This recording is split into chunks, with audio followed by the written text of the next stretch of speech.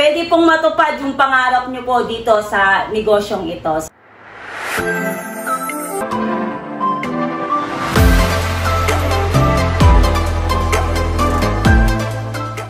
Hello po everyone! Ako nga pala si Riza Tiblani Villar from Butuan City.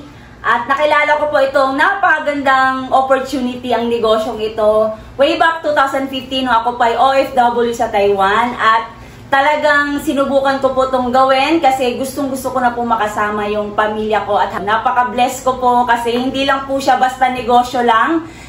Pwede pong matupad yung pangarap nyo po dito sa negosyong ito. So nakuha ko po ang aking first ever car na Hyundai Accent way back 2017 at nagpapasalamat po ako doon kasi nagagawa ko na po yung mga gustong gawin, nakakapag-travel, nakakasama ko na yung pamilya ko at syempre yung anak ko. At hindi lang po yun, nakakapag-travel at ngayon po 2023 natupad po yung aking second car na pangarap. 7 to 8 seater na kasya po yung pamilya ko, madami na kaming pwedeng makapag-travel kung saan namin gusto. So, napaka-thankful ko po sa opportunity na to. Kung hindi mo to hahatawin yung business na pinasukan mo, hindi mo makukuha yung pangarap mo. Kaya, tumuloy ka lang, meron at meron talagang para sa'yo. Nagpapasalamat din ako sa mga mentors ko, sa buong Team Synergy, sa lahat ng leaders ko na nandyan pa rin, nagtitiwala at tumutuloy. Tumuloy ka lang, kapit ka lang, merong ibibigay sa'yo si Lord.